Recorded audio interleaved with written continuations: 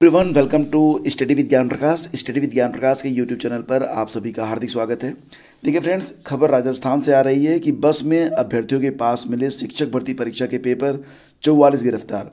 तो यहाँ पर राजस्थान में सेकेंड ग्रेड शिक्षक भर्ती के लिए जीएस का पेपर होना था और पुलिस को सूचना मिलती है कि एक बस में लगभग 36 विद्यार्थी हैं, अभ्यर्थी हैं, एस्पिरेंट और कुछ शिक्षक उसमें सवार हैं और वो लोग एक क्वेश्चन पेपर को सॉल्व करवा रहे हैं। तो उसकी तलाशी ली जाती है और क्वेश्चन पेपर को जब आरपीएससी को भेजा गया तो यह वही क्वेश्चन पेपर निकलता है जो क्वेश्चन पेपर एग्ज़ाम में आना था। इसके बाद इस पर ताबड़तोड़ कार्रवाई हुई और पहली पाली की परीक्षा शनिवार को जो होनी थी उसको रद्द कर दिया गया। तो इस परीक्षा के रद्द होने के बाद बहुत सारे एस्पिरेंट ऐसे भी थे जो कि परीक्षा भवन में थे, वे बाहर निकले और उन्होंने जमकर हंगामा भी किया है। फिलहाल जो खबर है वो आपके सामने है कि राजस्थान में शनिवार को शिक्षक भर्ती सामान्य ज्ञान की परीक्षा का जो पर्चा है वो लीक होने की वजह से ये जो परीक्षा थी रद्द कर दी गई है। परीक्षा सुबह 9 बजे से शुरू होनी थी और उससे कुछ देर पहले ही एक बस से उदयपुर आ रहे 37 परीक्षार्थियों समेत 44 लोगों को गिरफ्तार किया गया है। परीक्षार्थियों के पास से लीक पर्चा भी पाया गया। तो पुलिस ने बताया कि पर्चा लीक करने वाले गिरोह ने द्वितीय श्रेणी शिक्षक भर्ती परीक्षा का पर्चा पहले ही उपलब्ध कराने के लिए प्रत्येक छात्र से 10 लाख रुपए लिए थे।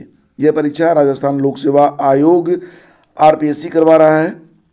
अब यह परीक्षा जो कि री एग्ज़ाम इसका 29 जनवरी को सुबह 9 बजे से करवाया जाएगा। तो उदयपुर के पुलिस अधीक्षक विकास शर्मा ने कहा कि पेपर लीक होने और परीक्षार्थियों को लेकर एक निजी बस के उदयपुर आने की गुप्त सूचना पर पुलिस टीमों ने बेकरिया थाना क्षेत्र में एक बस को रोका। बस में 37 परीक्षार्थियों के साथ विशेषज्ञों और निरीक्षकों सहित 7 अन्य लोग भी उपकरणों के साथ मिले। इनमें पर्चा लीक कराने का मास्टरमाइंड जोधपुर निवासी सुरेश बिश्नोई भी शामिल था। ये सभी जालोर जिले के रहने वाले हैं। उन्होंने कहा कि इसमें कुछ और गिरफ्तारियां भी अभी हो सकती हैं। तो ये बस की तस्वीर है और इसी बस में जो अभ्यर्थी थे वो लाए जा रहे थे।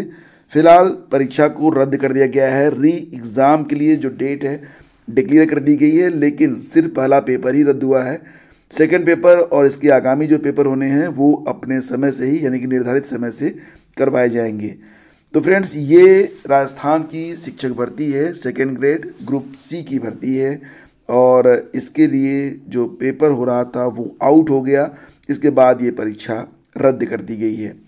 आगे बढ़ते हैं। उत्तर प्रदेश लोक सेवा आयोग की ओर से एक विज्ञप्ति जारी की गई है। इसमें बताया गया है कि माइनिंग इंस्पेक्टर यानी कि खान निरीक्षक प्रारंभिक परीक्षा जो हुई थी 18 दिसंबर को, उससे संबंधित वस्तुनिष्ठ प्रकार के जो चारों सीरीज हैं ए, बी, सी और डी की जो क्वेश्चन पेपर थे उसकी आंसर की वेबसाइट पर उपलब्ध है। तो विसंगति या आपत्ति के संबंध में प्रत्यावेदन प्राप्ति की अंतिम तिथि 31 दिसंबर है। तो 31 दिसंबर तक अगर किसी एस्पिरेंट को यह लगता है कि क्वेश्चन में कोई त्रुटि है या फिर आंसर में कोई त्रुटि है तो वो अपनी आपत्ति को 31 दिसंबर तक दर्ज करवा सकते हैं। इससे संबंधित जो खबरें हैं वो आज के न्यूज़पेपर में भी प्रकाशित हुई हैं। तो परीक्षा में शामिल अभ्यर्थियों से 31 दिसंबर तक उत्तर कुंजी पर आपत्तियां मांगी गई हैं। खान निरीक्षक के 55 पदों पर भर्ती के लिए प्रारंभिक परीक्षा 18 दिसंबर को सुबह 11 से अपराह्न 1 बजे तक आयोजित की गई थी। 5601 अभ्यर्थी इसमें रजिस्टर्ड थे, लेकिन शामिल कितने हुए थे हैं 2062 अभ्यर्थी ही इसमें शामिल हुए। देखो फ्रेंड्स, यूपी में ही नहीं पूरे भारत में कोरोना वापस आ गया है। चीन में हालात बहुत ही बुरे हैं। तो कोरोना वायरस को लेकर यूपी में अलर्ट भी जारी कर दिया गया है। इसके तहत स्वास्थ्य और चिकित्सा शिक्षा विभाग को निर्देश जारी कर दिए गए हैं कि वे जांच से लेकर उपचार तक की व्यवस्था शुरू करें। एयरपोर्ट पर चौकसी बढ़ा दी गई है। संक्रमण प्रभावित देशों की यात्रा से लौट रहे लोगों की जांच करने और कोरोना पॉजिटिव मरीजों की जीनोम सीक्वेंसिंग कराए जाने की भी बात कही गई है ताकि नए वेरिएंट का पता लगाया जा सके। सर्दी जुकाम और बुखार समेत अन्य लक्षण वाले यात्रियों को चिन्हित करने के भी निर्देश दिए गए हैं। बेसिकली यह जो एक नया वेरिएंट है इसे काफ़ी जो है घातक माना जा रहा है। और सबसे बड़ी बात यह है कि उत्तर प्रदेश में अब मास्क लगाना अनिवार्य कर दिया गया है। तो घर से बाहर निकलें तो मास्क लगा कर ही निकलें। और देखो फ्रेंड्स, अगर आपके पास आधार कार्ड है और उसे बनवाए हुए लगभग 10 साल हो चुके हैं तो ये समय उसके अपडेट करने का है।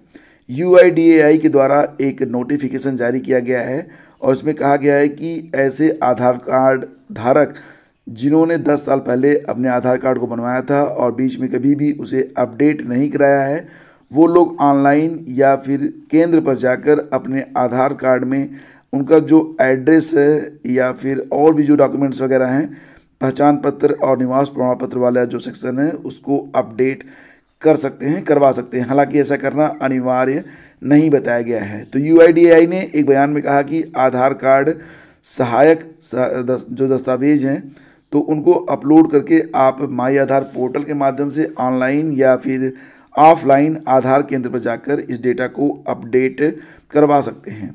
पैन कार्ड अगर आप यूज करते हैं तो आपके लिए एक बहुत ही इंपॉर्टेंट न्यूज है। पैन को आधार से मार्च तक जोड़ना कंपलसरी कर दिया गया है। जो लोग मार्च तक अपने पैन को लिंक नहीं करवा पाएंगे आधार से, उनका पैन रद्द हो जाएगा और फिर उस पैन के माध्यम से ना तो वो ट्रांजैक्शन कर पाएंगे, ना अपना ITR जमा कर पाएंगे और निष्क्रिय पैन से लंबित जो धनवापसी भी होगी उसको प्राप्त नहीं कर पाएंगे, यानी कि काफ़ी नुकसान आपको हो सकता है।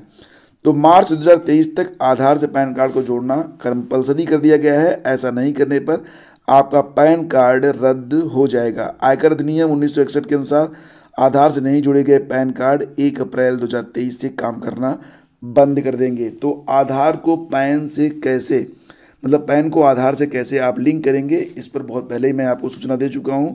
इसको लिंक करने के लिए एक वेबसाइट है, उस पर जाना है। आपको अपना आधार नंबर और पैन नंबर दोनों को डाल के बस लिंक पर क्लिक कर देना होता है। मोबाइल फ़ोन से आप ये काम कर सकते हैं। तो इसको कैसे लिंक करते हैं, मैं इस पर एक डेडिकेटेड वीडियो पहले ही बना चुका हूं, जिसका डायरेक्ट लिंक वीडियो के डिस्क्रिप्शन में मैं डाल दूंगा।